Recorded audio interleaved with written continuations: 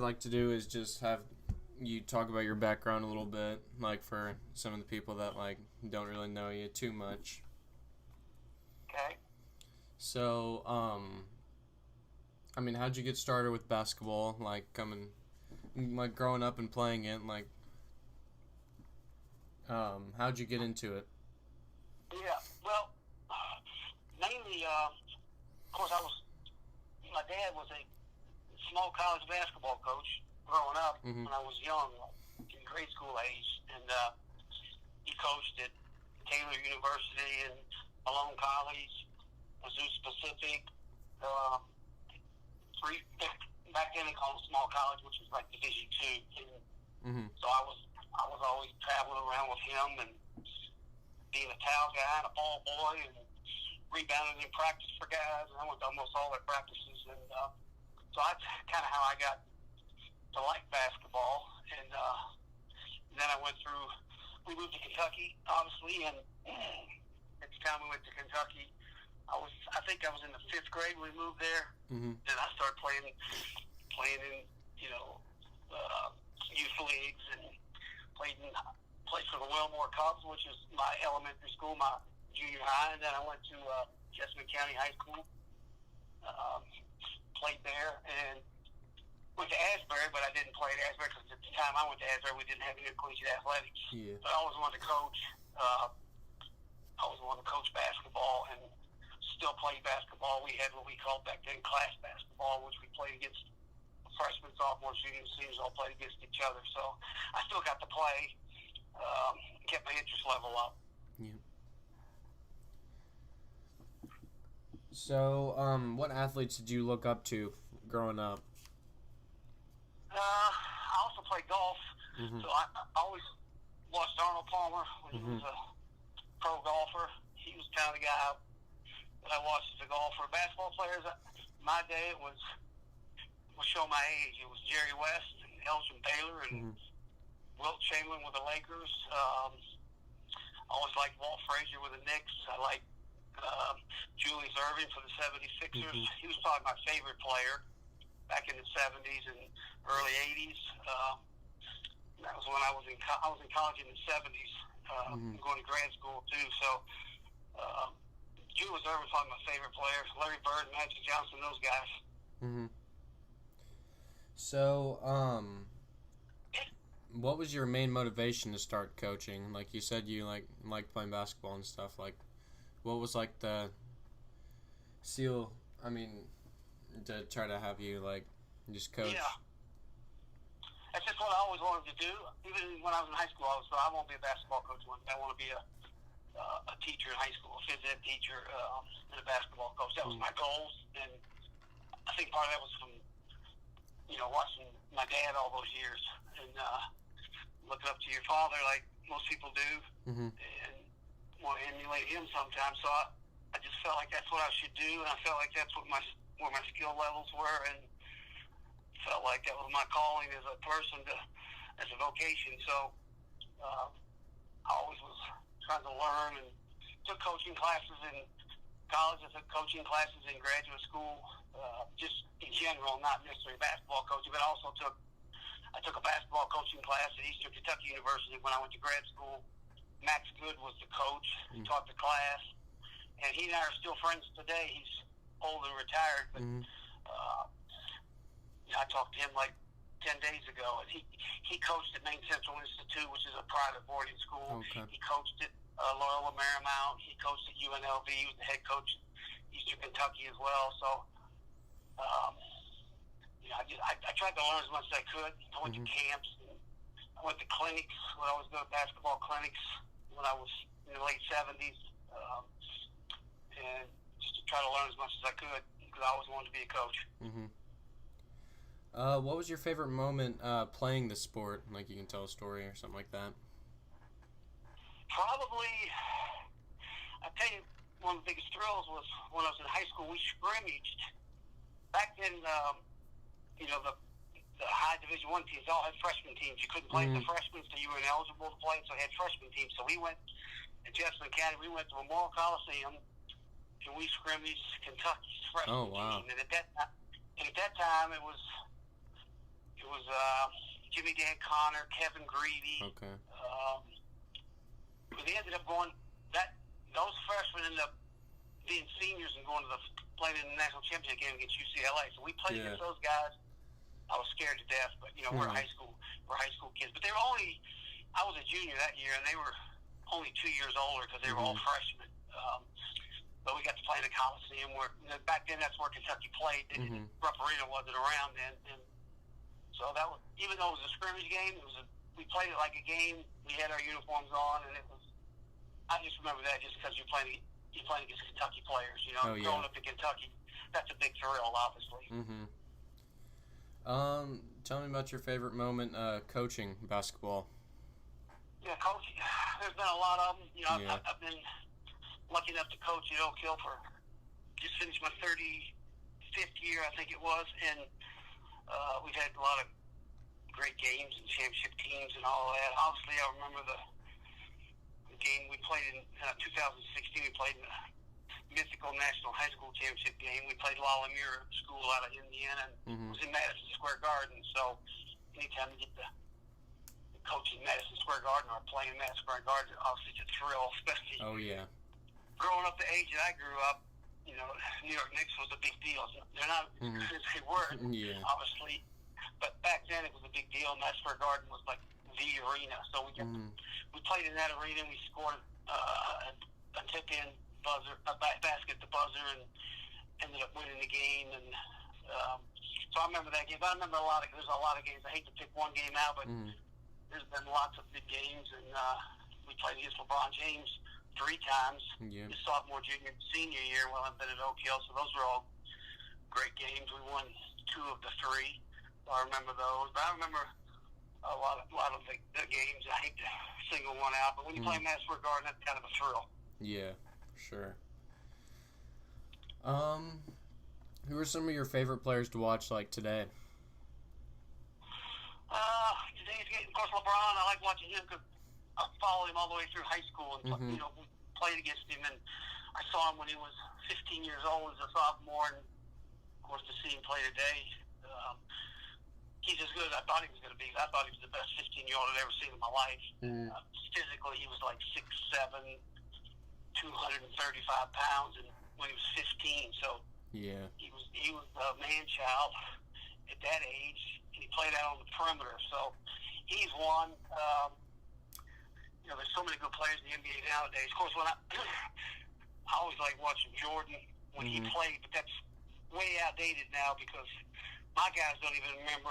They never saw him play in person, most of my guys. And I talked to them and told them how good he was, and they were like, they only think of Kobe and LeBron and other guys being the better players. But, I date myself by telling them how good Jordan was. But a lot of good play. I like watching point guards play. I like to see how, they run their teams and their feel for the game. And there was a lot of point guards I enjoyed watching Jason Kidd as he was coming through. He was really a smart player, strong, could score the ball, knew how to play.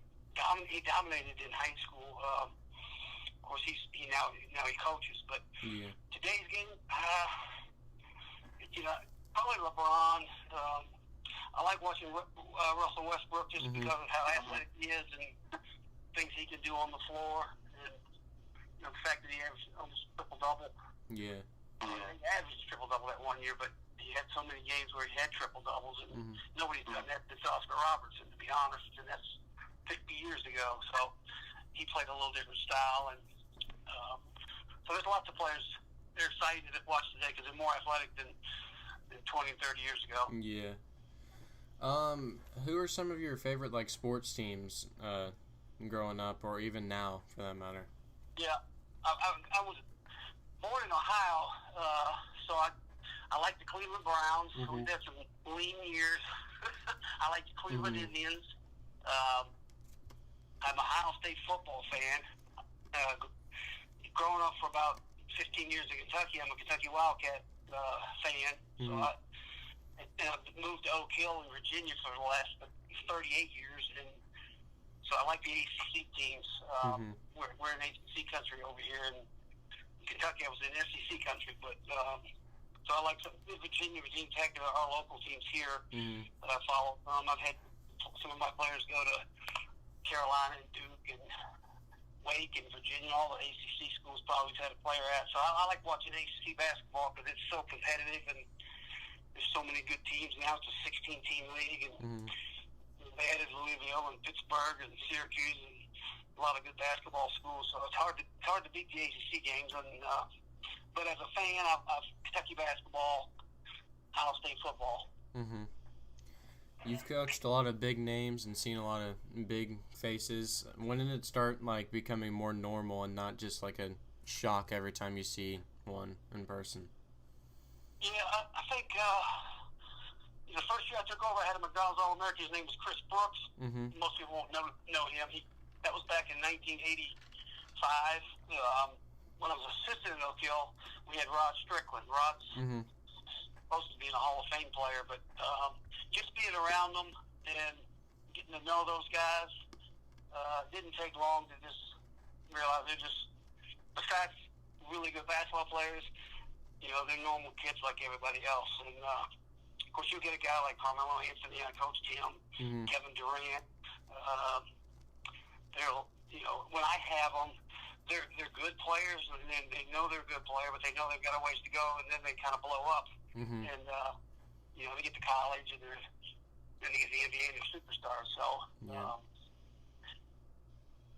just being around them, it's kind of a natural thing. The most nervous I ever got was the first time I met Michael Jordan. Yeah, I was coaching the Jordan All-Star game, and so they lined all the players and the coaches up. He said, go through and get your award from, he came to practice, get your award from Michael, say hello, because he's not going to be here for the game. So we all lined up. So he gets to you start moving up in the line, and finally it's my turn to shake his hand. I'm like, kind of starstruck a little bit. He's got Michael Jordan. And I got a picture, and I looked like I was starstruck. But I said to him, I'm the coach at Oak Hill in Virginia. And he said, Coach Smith, I know who you are. Well, that kind of floored me when he said that, because I'm like, oh my goodness, he knows who I am. So that kind of put me at ease a little bit, just because I think he was trying to put me at ease. Mm-hmm. So you've coached against LeBron a lot, and you were talking about Jordan. What do you think about this debate going on because they have The Last Dance, and you have the new generation? What do you think about the LeBron-Jordan debate? Yeah, I know my guys talk about it all the time. Mm-hmm. Of course, they only have seen LeBron play, either in person or on TV. They've seen like highlights of Jordan, but they've never really. Now, since they saw the documentary, I haven't been around them because everything's been shut down. But I would say a few of them probably changed their mind. But now I also had some players this year that thought Kobe was the better player. So it's kind of a three-horse race, and they're all similar. They're all perimeter guys. They all were scorers, and I think it just depends on how old you are, and what era you're from. And most people in my era are going to say Jordan's better. Most people today will probably say LeBron's better, because he is a physical specimen. LeBron was a freak. He's almost 6'9" now, 6'8", 6'9". He's, what is he, 250, 60 pounds? He's a freaking so Jordan was a 6'6", slender athlete, flying through the air, doing all kinds of things that nobody ever did before. So they're a little different, but I always thought Kobe and Jordan were more similar than LeBron and Jordan, but just in style of play and how they played the game. But it's hard to separate those guys. I think Jordan's a little better, but 5 years from now, you might say LeBron turned out to be the better player. I don't know. See how long his longevity is, and he's still playing, and he's still competing for championships, and he's in his, 34, 35 now? Yeah, something like that. Yeah. So Jordan was great. I wish Jordan hadn't played baseball, because I would have. It would have been fun to see if he could have won 8 straight titles. 2 years he was out. Yeah, I would have liked to see him go against the Rockets. Without him, so he was had a chance to win 8 straight. The only team that ever did that, I think, was the Boston Celtics. Back in the 50s, 60s. So that would have been, if he'd have done that, then there'd probably be no discussion. Because they'd say, look, how many titles he won in a row, and Um, but he didn't, obviously. And then he got a little older. He took off twice from the game. After the '98 season, he took off again. Then he came back. Mm-hmm. And still, people don't remember him with the Wizards, but when you look at his stats, they're still unbelievable. He's still averaging 20 to 25 points a game when he was 38, 39 years old. Yeah. So, you've seen this rule being changed. What do you think about the one and done rule? Do you think it should just be thrown out and high school players can go, or do you think that the one and done rule should stay? I think they should do away with it. I was always a proponent. Of course, at Oak Hill. We have good players. I've had players do it. I've had two players go when the rule was not in effect. I had two players go straight out. Josh Smith was the 17th pick, and then in the first round, I had a big guy, Sagana Job. He was the 7th or 8th pick in the first round. So it's not like you have a mass exodus. Everybody was saying, we do that, the kids aren't going to go to college. Most are still going to go, but now today it's changing again because they're putting more money in the G League. So this year there's been several kids not go to college to go to the G League because they're making more money. That before it was I think it was capped at like 30,000, so most kids would go to college. But now, Jalen Green made supposedly, I don't know if it's true, but the contract supposedly is $500,000. Yeah. To play a year in the G League. So that kind of money, there's going to be a few kids. It's just going to be a select few. It's not going to be a mass exodus. But I just think they need to go back and, if a kid's 18 years old, he can make $500,000. He should do that. Why would you say, you got to go to college for a year? Because it's a farce. They go to college, and the rule in college is, or has been, if you take 6 hours, which is 2 classes in the fall, then you don't have to go to school the rest of the year, and you're eligible for the whole year. Of course, you would be ineligible your sophomore year, so you'd have to go pro. Yeah. But that's what the kids are doing. They're not really students. They're just playing for a university. They're basically, representing a school, but they're not really a student athlete. The kids that go one and done. So the kids that are that good, I think it's kind of like minor league baseball. Go ahead and play. Be coached by a pro coach and learn the pro game, because that's what your aspiration is anyway, to be a pro, and they're good enough to do it. The kids that go, most of them are guys that are going to make it. There's some kids that come out, kids coming out of college, there's too many of them coming out, not because there's not that many spots. There's only 2 rounds in the NBA draft. 60 people being chosen, and then you have 400 guys coming out of college announcing for the draft. They could have gone back to college. So they make the rule where you go through the draft. If you're not drafted, you can go back to college if you want to. Go to the G League if you're good enough. Go overseas if you have an opportunity. Just give them options instead of saying you got to go to college for a year. Kind of related to that, do you think that players should start making money off their name and likeness? Yeah, I think it's way past time for that. The colleges are making so much money. The NCAA is making so much money. They're selling guys jerseys, and the player doesn't get a penny until I think 2022 they'll probably just start making money. But if they sell you a jersey and your name's on the back, you should. That's it's America. You should be able to get paid for that, and a percentage. I know we had years ago when Carmelo was here, he left with the Syracuse. Well, Nike chose 5 high school guys to sell their high school jerseys. So it was Kobe from Lower Marion. It was Amari Stoudemire, Carmelo from Oak Hill, Allen Iverson, Bethel High School. So they picked about 5 guys. Well, we got a contract for 7%. Oak Hill. And Carmelo got 7%. That means Nike got 86%.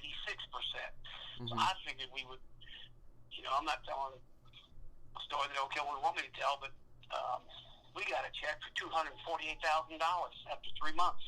$250,000. So, that's the kind of money those guys could get paid just with a small percentage. Because Melo would have got the same check that Oak Hill got. Well, that tells you how much Nike made off that jersey. They made several million. Yeah. So, and that's just a high school jersey. If you sold Zion Williamson's Duke jersey and he got a percentage, I mean, it'd be a lot of money. Yeah. But it's his name on it. You know, part of it is Duke, but on the back it says Williamson, and he didn't get a penny for that. But they're saying he maybe had an agent and shoe deal and all that, which he might have. He probably did, but it's hard to blame those guys. Yeah. Because they see how much money NCAA makes billions off the March Madness TV money. So, and the schools make a lot of money. So, it's only fair that the players, every player wouldn't make that kind of money, obviously, but the top players would be more inclined to go to college, I think, too.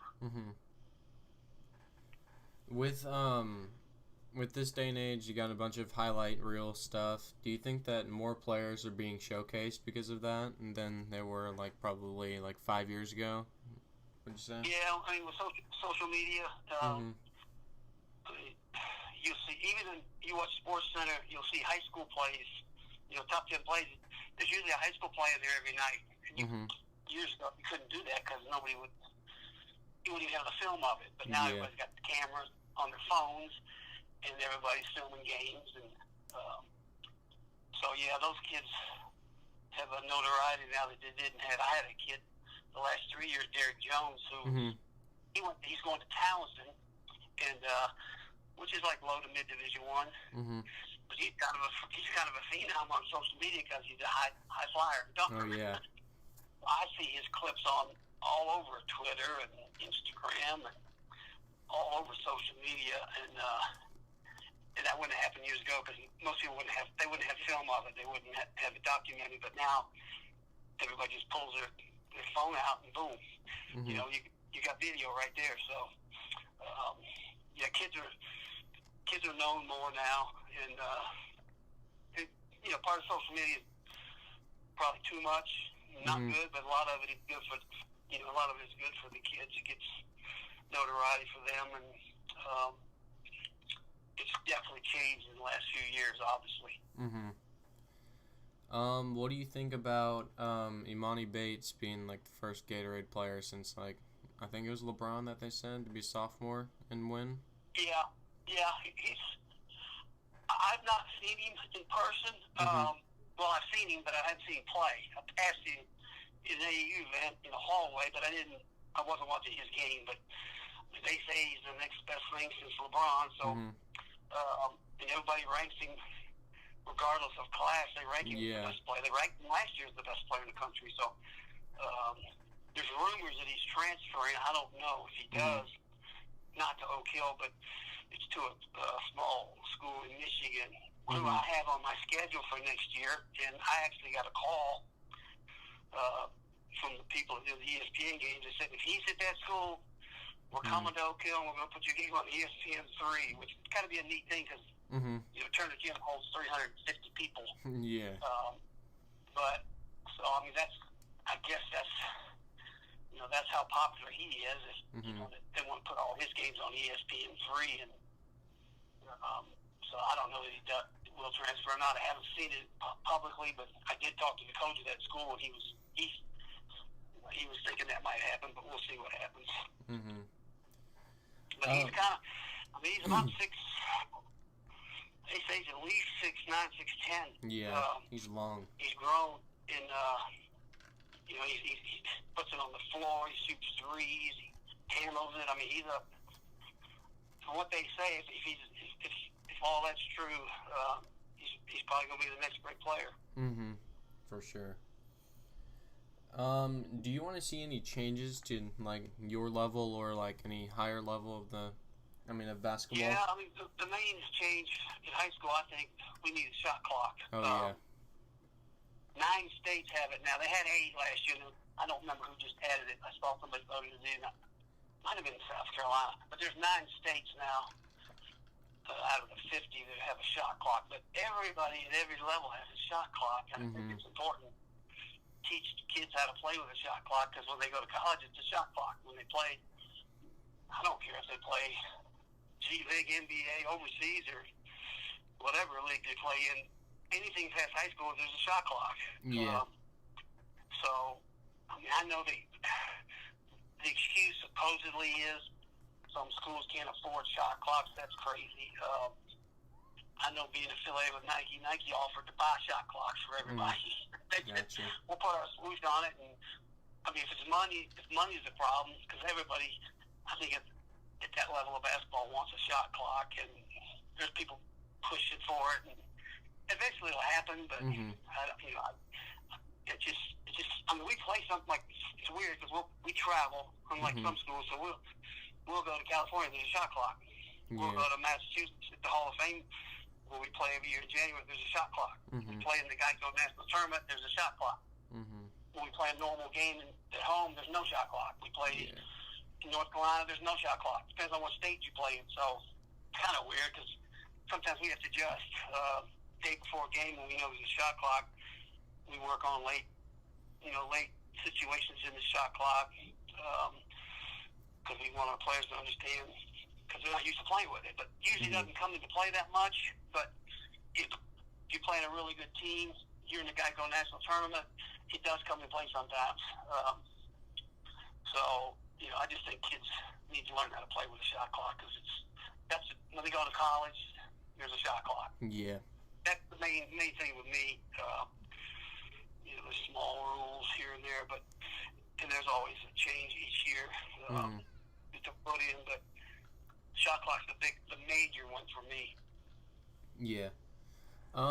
With the game changing to like trying to have everybody shoot, have you had to make any coaching changes over the years, with the game evolving? Yeah, I try to adjust as a coach to my players each year. The type of players we have, especially sometimes you have a bigger team. Sometimes you have a team you think you want to press with. Sometimes you have a team that you can't press with. Sometimes you've got. Last year I played three. I've been playing 3 guards and sometimes 4 guards now. But my guards have good size. So, but I like playing 4 guards. That would have been unheard of 15 years ago. 4 guards. What are you talking about? There's always a point guard, a 2 guard, a wing. Then you had 2 post guys, like a high-low situation. Nobody plays that anymore. So yeah, it's changed a lot. But I try to change each year, adapt to the players we have. Change offenses. There's certain, you're going to run. All coaches have special plays they like to run every year. They'll have out-of-bounds plays that they run every year. But just style of play, I try to adjust to my players. And of course, they're bigger, faster, stronger now, quicker, and most guys can shoot the ball now. And you spread the floor more than you used to. You space out the floor. We run a lot of dribble drive. That wasn't even an offense 15 years ago. Some old-fashioned coaches don't want you to dribble the ball. So, it's got to be different now where you just space the floor out. You watch the NBA games, the 5 men can all shoot the ball. I mean, there's very few centers anymore, like Kareem and Wilt Chamberlain, those kind of guys. There's nobody who plays that way, and teams don't even play that way. So, and most kids, even with I've got 6'10", 6'11" guys before that they want to play the 4. They don't want to be a 5. So, it's changed. A lot of guards monopolize the ball. Perimeter guys have the ball in their hands. They make most of the plays, and so most teams spread the floor out a little more than they used to. Yeah. Who are some of the best teams that you've thought that you've coached against? Because I know that people have their opinions. What do you think? Yeah. Some of the best ones. Through the years, Montverde Academy now is really good. They're in Florida. It's a boarding school like Oak Hill. They attract a lot of kids. They've got brand new facilities, state of the art. So IMG has all the financial backing and facilities. They're really good now. Some of the teams that we've played in years past, Modern Day out of California is always really good. It's a great game when we played them. Westchester is from LA. Those 2 were the better teams since I've been coaching at Oak Hill. In California, New York, it was always Christ the King, and it used to be Rice High School and St. Raymond's. they've kind of Rice closed. St. Remy still has Christ the King is probably the best team in New York, for the last 25 years. And up and down the East Coast, there's always been good teams. I used to have great games. We played Flint Hill when they had Dennis Scott and players like that. And then Montrose Christian was really good up that way. Baltimore Dunbar was good in the 80s. DC Dunbar was good in the 80s and 90s. It's changed a little. Nowadays, it's more, not that a public school can't compete, but kids are leaving. Yeah. And it's hard. I mean, you take a top 100 player, he usually doesn't stay in the same school for 4 years in high school. He's usually looking for the best situation for himself as a player to get to where he wants to get to go. So all the private schools are really good now. And, right now, like in the Geico National Tournament, almost every year, Montverde, IMG, Oak Hill, obviously where I coach, La Lumiere, those teams are in it every year. Then there's Sunrise Christian out of Kansas. Out of California now, you got Prolific Prep and Hillcrest Prep out of Arizona. It's all these private schools, and they have the best players. And next year I have 3 top 20 kids from the 2022 class. 3 top 20. Looking at ESPN today, I have the number 4, the 11, and 17 players in the junior class coming to Oak Hill. So those kids are all looking for the best situation. And I mean, honestly, back when I first took over Oak Hill, if a kid was, not to toot our horn, but if a kid was moving, he was either going to stay at his school or he was coming to Oak Hill. There was no choices. Now it's like they have so many opportunities to go different places to go to school, and the schools that I'm mentioning, the boarding schools are all good academically too. So it's not like they're just going to play basketball. They're going they're getting a good education too. So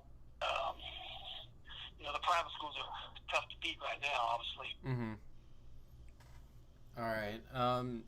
Is like the closing segment. Do you have any last thoughts or comments you want to make to the podcast? No, just that I've enjoyed. I'm winding down. I'll be 65 in September. I'm an old man, so I'm planning on coaching maybe this group that I have coming in that will graduate in 2022, and then I'll probably be retiring. So I've enjoyed coaching. Anybody that's interested in coaching, the effect you can have on a young person, it's hard to beat that anywhere other than being a coach or a teacher. You're around so many kids each year and you affect them. And most players, even today, I'm just going on my experience, respect their coach. Some places they don't. I know that, but I don't. I have the highest level possible player that I coach each year, and 99 times out of 100, I get the utmost respect from those players. Now, maybe it's because I'm the coach at Oak Hill, I don't know. But it's been so fulfilling for me. I just enjoyed it so much. And, if you got a chance to be a coach or a teacher, I think it's a great profession. It's not the richest profession, obviously. You're not going to make the most money. You do it at the highest level. If you're a college coach or a pro coach, you make big money. But I never coached for the money. And I could have gone to college a few times through the years and just felt like Oak Hill was the place I was supposed to be, and I'm glad that I've stayed there as long as I have. All right, thank you for coming on. I greatly appreciate it. Yeah, and hope you're doing good during this quarantine. We'll get through this quarantine. Oh yeah, for sure. One day it'll change again, so hopefully sooner than later. Yep. All right. I don't have any more questions for you, so thank you for coming on. And have a good rest of your day. Thank you, Turner. Thank you. Okay. All right, bye. All right, guys, it's in the podcast.